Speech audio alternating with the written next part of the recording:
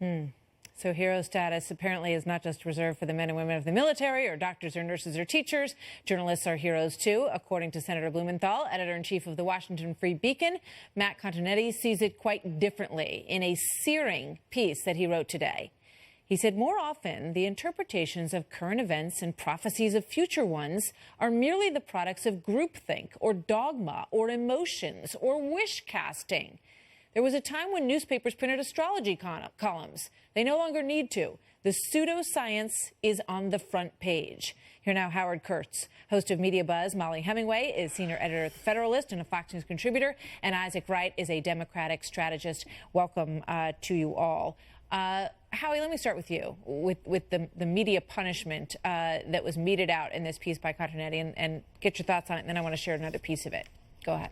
Well, my first reaction was, ouch. Yeah. And I agree that we are awash in a sea of spin and speculation and predictions driven by this hyperspeed news cycle, Martha, and that these hot takes are often wrong or disconnected from the kind of news people want. But here's where I think the indictment goes a little too far.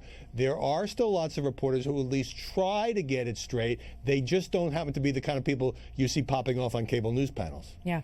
Let's look at another piece from this editorial that he wrote this morning. He said, what I have heard from the media and political class over the last several years has been so spectacularly proven wrong by events again and again that I sometimes wonder why I continue to read two newspapers before spending time following journalists on Twitter. And he goes on to say, you know, maybe he's just bored, but he still does that out of habit. Molly, what do you think?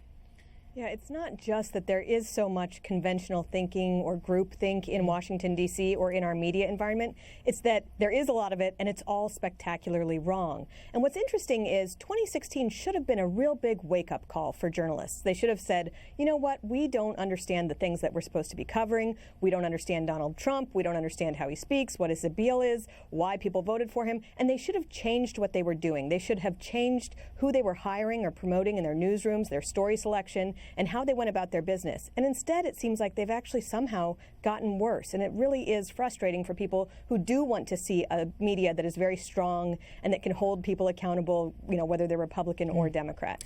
Isaac, do you think it's fair that there's sort of an elitist journalistic echo chamber out there that seems to reinforce their own feelings about certain things and certain stories, and they don't really want to hear anything outside of that bubble?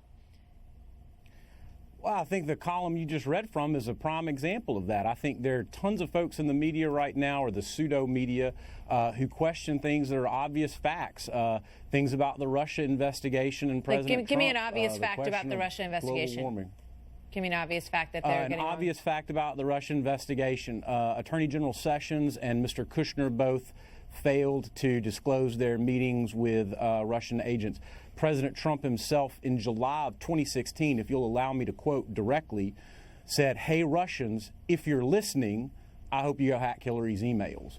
And I mean, as you well know, he said that was, that he was joking, that was an off-the-cuff comment. And the facts of the investigation over the past year. That directly, or just after the fact? No, you have to go by the facts. You have to go by the investigation and where we are as of right now as we know it. And that's what all of us have to do when we cover this story. I mean, it's easy to jump on it and say, well, it's quite clear based on, what you can see here. But you have to go through the process. And that's what we have to do as people who talk about these things every day. We can't jump ahead of ourselves. And even David Brooks pointed out the other day, he's no fan of the Trump administration. He said, you know what, we've gotten a little over our skis on what we've assumed about what's going on here. Molly? That's a really good point. That's a really good point.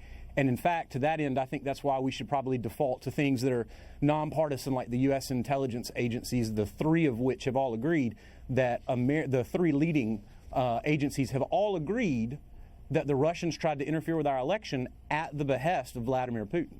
Yeah, I mean, I think that's pretty clear. The question that's still being figured out is collusion. So that part of it is clear. I don't think, Molly, any disagreement with that or any thoughts on that? I'm just saying it's a great example to reference back to this Trump making a joke about Hillary Clinton's emails. The actual story there was that a lot of Americans were concerned about how Hillary Clinton hadn't turned over evidence in a probe of what she had done in terms of mishandling classified information.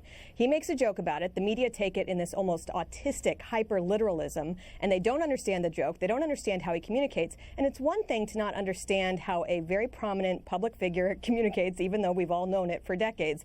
In 2016, once he wins the election, it should be evidence to the media that they need to do a better job of understanding him or hiring people who do, as clearly millions of Americans do. And instead of focusing on, and they should also be thinking about whether this obsessive focus on Russia is really serving their readers or listeners or viewers as well. So, Howie. So when Michael Flynn discussed the U.S. sanctions with Russia, was that a joke? Well, Because there are actually, tapes of that. can I jump in here? The Washington Post story on Michael Flynn lying to Vice President Pence about Russian contacts, that turned out to be true, and Flynn got That's fired. why he got fired, exactly. The overwhelming majority of stories about Donald Trump and his administration have been negative. The volume, the tone, I think it has turned a lot of people off. Even if you're not a big fan of Donald Trump, the contrast with the way the previous administration was covered, and that's not spin. And so I think the media credibility as a whole has suffered here. When you have somebody like Matthew Continetti saying, gee, I wonder why I'm reading 2 newspapers a day, those of us who care about media accuracy maybe need to rethink a little bit about what we're doing. And I think when you look at the Georgia election, for example, and the 3 previous ones, and you look at the way those were covered, and you wonder, I mean, you do have to kind of sit back and say, what's going on out there? Because maybe maybe these polls aren't really telling us the whole story about how Americans across the country feel. You have to keep having that gut check throughout all of this, throughout the investigation, throughout the way these elections are going, and ask yourself, what is the real pulse of the American people out there, and not something that just seems to be swirling around inside an echo chamber. Molly, quick final thought. No, it's absolutely true. I think it's not just about an over-reliance on polls. It's about letting those polls shape coverage. You know, we were told for weeks leading up to this Georgia race that Republicans were in real trouble, and that drove all of this media coverage. Turned out Republicans weren't in so much trouble. And so I think it's not just about stepping back a little bit from some of these polls, but not relying on them so much or believing that they're the gospel truth when they are frequently in error. All right, guys, thank you very much. Good to see y'all.